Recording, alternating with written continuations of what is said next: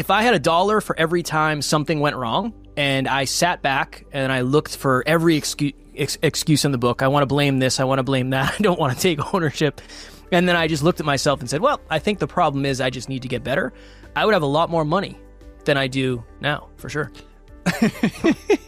This is a recurring theme in Kevin and I's life. This is what it means to be next level. And it's not fun. It's not easy. But pretty much every time you face a roadblock or an obstacle or a challenge, most of the time, the large majority of the time, it's, yeah, I just have to get better. Next Level Nation today for episode number 2081. Sometimes the best answer is I need to get better. So you heard in the preamble, my intention, my goal in this episode is how do we make that empowering? Because that, for most of my life, was not the answer. And all we mean by that is when something goes wrong, it's really easy to look externally. It's really easy to blame other things. It's really easy to make excuses. And I'm not saying I don't do that, but usually, eventually, I get to the place of, this is my fucking fault. This is my fault. And if I was more capable, if I was more consistent, if I was more emotionally sound, this wouldn't have happened in the first place. So that's really what we're talking about. But I also understand that that isn't necessarily the most empowering. So how do we make that level of ownership not, I won't say not suck less, I guess? I just had a funny scenario play out in my head. Yeah? Imagine Kev 8 years ago, pre-podcast. Something happens, something goes wrong, and it's like, that really sucks. I think I'm going to smoke this weed.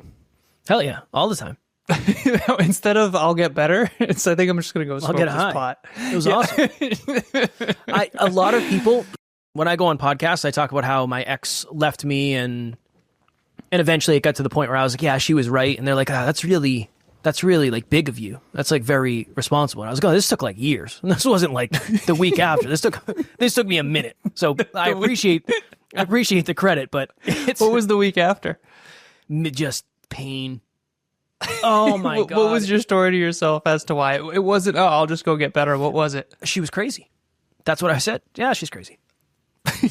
That's what I said. Yeah. That's what I said. It got me through it. And then eventually it was like, Kev, I don't know. I feel like a lot of what she said was right in retrospect, but you're not always ready for that. Well, that's why I want to create a constructive way, because in the moment, it's really hard to do that. Well, so here's the conundrum. It's easier to say, she's crazy. Of course. Way easier. You tell yourself a story. It's not accurate, so it's not helpful. But it helps you ease the pain. And then you lick your wounds, you go into the next relationship. Maybe there was something to what she was saying.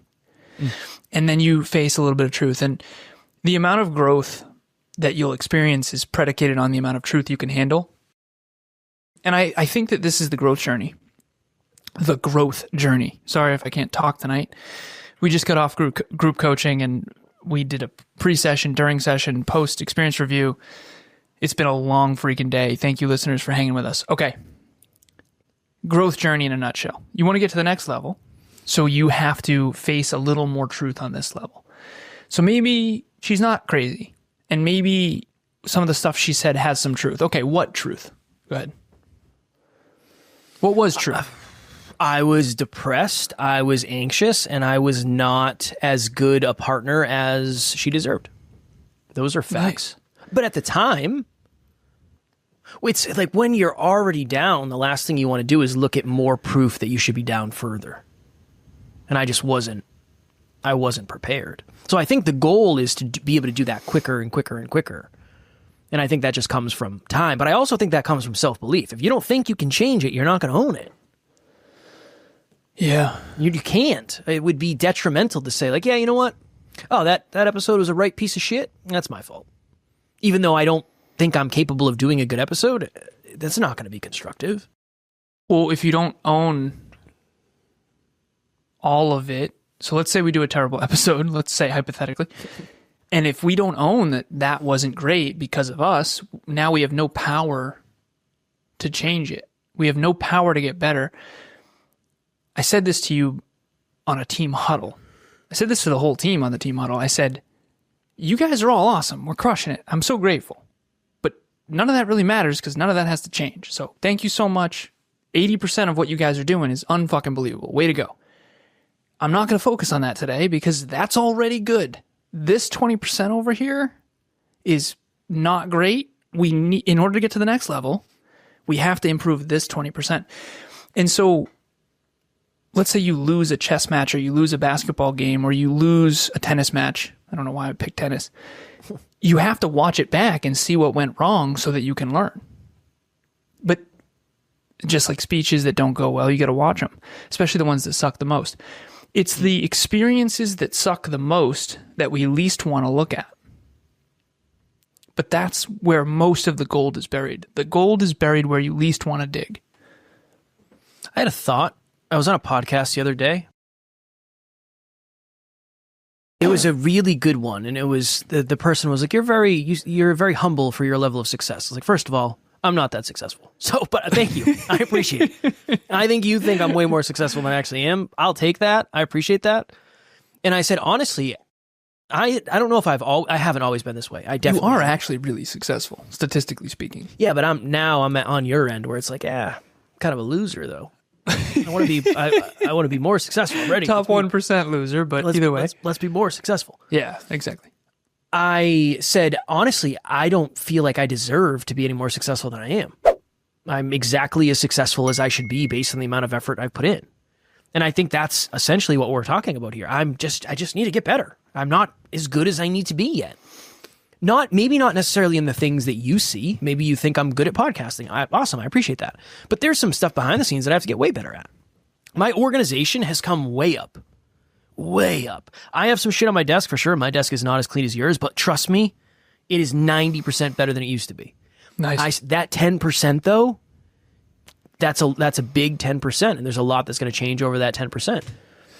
Levels, man. There are levels, but everything has levels. If you're out there right now, if you have this, I live near an airport. These planes, man, I swear, sometimes they fly. I've had times where I thought the plane was going to fly into the side of the house.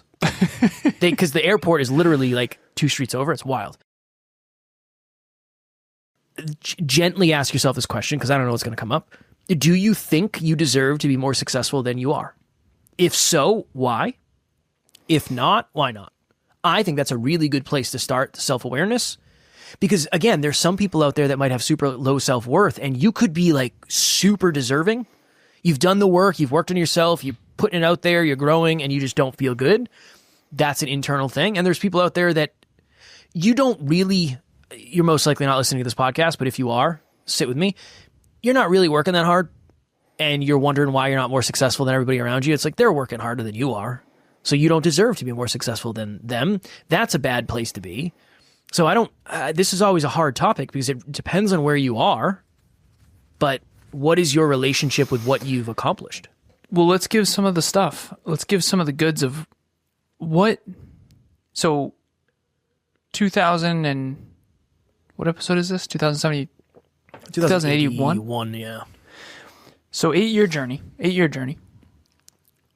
Most of the time when Kevin and I go back to the drawing board, it's okay, we're not good enough yet. And we don't mean good enough intrinsically, we mean good enough for that level of success. So it's so obvious in hindsight, it's not as obvious in foresight. Yeah. So in hindsight, you weren't, remember when I used to tell you you're not that organized? I think I knew that. Okay. Wasn't a surprise. Right. But I used to tell you need to be more organized. Oh, yeah. This is how I broke it down. I said, my man Kev, there's this personality test called Hexaco. This is how to sell Kev something. There's this personality test called Hexaco. It tests you on 26 facets of your personality. And the most correlated with business success, you and I, we have a business together. We do. I didn't actually talk like this. The most statistically correlated with business success is conscientiousness. And we all have a certain level of conscientiousness. It's like a scale from 0 to 10. So think of someone who's a mess and never organized, and their car isn't clean, their house isn't clean, they're just kind of all over the place. That's someone who has a low score on conscientiousness. Maybe they're very creative, but they have a low conscientiousness score. And therefore, they should not start a business unless they have someone in their corner who is very conscientious. Conscientiousness in Hexaco, which stands for humility, extroversion, introversion, all this different stuff, tests you on your personality. So it breaks down into 4 subfacets. Now you can see why it's so hard to convince anyone of anything. The 4 subfacets are diligence, which is hard work. You got that, Kev? Good to go. Hard worker. Check. Yeah. Green, baby. Green, yellow, red, green. Prudence. That's, what's that? It's the ability to make a great long-term rational choice. Strong. It's the strong to semi-strong, depending on whether or not you chat GPT it. I'm kidding. All right. So there's prudence, diligence, hard work, and intelligent decision-making, long-term strategic thinking. And then there's organization. Ooh. Kev, we want to build a successful company together. Kev. Gonna need you to button up, man. Yeah. Love you. Right? So here's how you influence. Kev, you want a successful business, right? Yeah. Okay. The science shows, right? Okay. And then the 4th one is what? Perfectionism. It means you're being very thorough and thoughtful. So 6 Sigma, 3 defects per million transactions. So Kev, if you send 3 million emails, you can only have 3 spelling errors. Are you game? I feel like I'm pretty good at spelling, so that's good. Yeah. Better than me. Probably. I would say I'm not that strong of a speller. You did win a spelling bee, second place way back. Look, there, and there. Got me. He's over there by the tree. I was like, T-H-E-I-R. No, T-H-E-R-E. Dumb. Rookie move. Dumb mistake. Amateur hour. I had it. All right. Hello, NLU listener. Thank you, as always, for listening to Next Level University. Real quick, I just want to jump in and let you know about the Next Level Dreamliner. This is a journal that I use every single day. Achieve your dreams 90 days at a time. It breaks down your dreams into goals, milestones, and daily habits. We hope you enjoy it. The link will be in the show notes. In hindsight, what is it obvious that you needed to improve to get to even this level? Organization, for sure. One of the things I really, really needed to improve is when I'm really good at getting a result, I'm not always good at following up. I'm not always good at doing the next action after the result. So like, I don't know what a good example is. Like, I would say, hey, email me if you need help with this. Somebody would email me and then it would take me a week to get back. Not good. That's not good. You can't do that. I always love your face whenever you can't do that. Whenever you own stuff like that, it's the funniest face. You make a very specific face because I laugh through the pain. That for sure. Being on time, I was always good at. Being organized, I was never really good at. But I'm telling you, if you saw my desk, I got some stuff on here. I have like one pile of stuff. It's very small, and then the rest of my desk is clean as a whistle. I still have the bag of the box of pasta on my desk. That'll be. I'm gonna move that bag of weed. No weed right. for me. Real quick, yeah. Give me the top just so 3. you know, Alan is really riding me on time lately. For the first 8 years, I tried to get off here on time, and lately he's like, dude, just so you know, I got a hard stop at 8. I hate to be that guy. It's called a hard out. A hard out at 8. In the military, they call it a hard out. We got to crank in 5 minutes and 9 seconds. No, so let me actually unpack that for a second. I've been working too fucking late. Yeah, it's fair. And if I work late, I go to bed late. If I go to bed late, I wake up late. If I wake up late, I can't get to the gym, and it's just really tough. And again, first world challenges, first world problems. I'm very, very grateful for where we've ended up. But if I want to get to the next level as the CEO and as a coach and a trainer and a podcaster, trust me, I got to keep this streak. So far, I'm 9 days in a row I call it closing the store. Closing the store by 8 o'clock. Now, mind you, hey, hold on. I have a 10-minute buffer. Okay. I do have a 10-minute buffer, so I'm closing the store in 4 minutes and 28 seconds here. I got to get my butt downstairs. 10-minute buffer. You got to Z out the register. You know it. So, let's each give our top 3 things that we sucked at that needed, quite frankly, I always say this. I said this earlier to a client. If you're out there listening, you know who you are. I said, the science of achievement doesn't give a shit about your feelings. I do. I want to see you win. I understand if you're insecure. That's, it is what it is. The science of achievement doesn't care. Your goals do not care.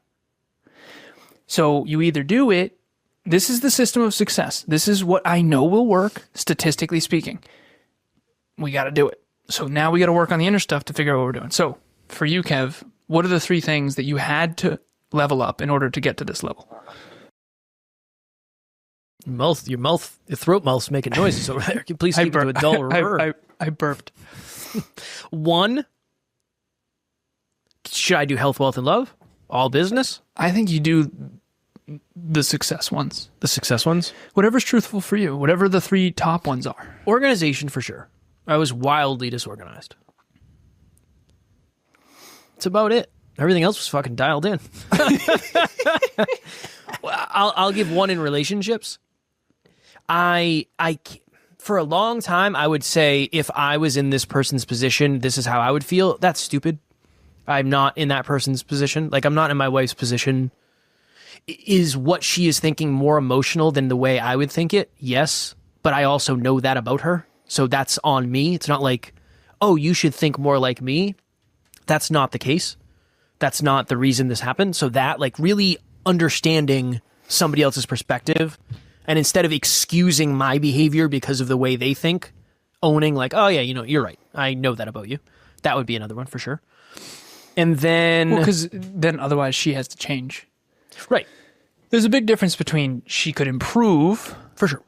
...versus changing who she is. Yeah. And if she feels like she has to change who she is, that's not a win. Like, if this is something I fell in love with and now I'm like, well, that's not the way I think. Politely, Kev. You get fucked. Politely.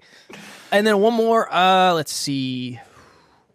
I think I subconsciously was afraid to overwhelm myself. So I would always have my foot like, if I do way more of that, I'm going to be super overwhelmed, and I don't think it's going to be good. I've kind of gotten rid of that completely. That's gone. I don't know where that went. Yeah, and not too though. No, but it's good for success too, because usually innovation comes after pressure. I told Alan, I was like, hey, potentially big opportunity, but it's a lot. It's going to be a lot. Kev's going to be doing it himself. I'm proud of you, man. I always say Kev can start like a champion. The dude can't scale a fucking thing. No, that's not my jam. That's not my jam. It's good. You start it, I'll scale it. It's a good team, man. We're a good team. All right, what are your 3? I am being playful, by the way. Yeah. All right, so number 1, I needed to be more discerning with people. I had such a hard time. I wanted to save everybody. I wanted to help everybody.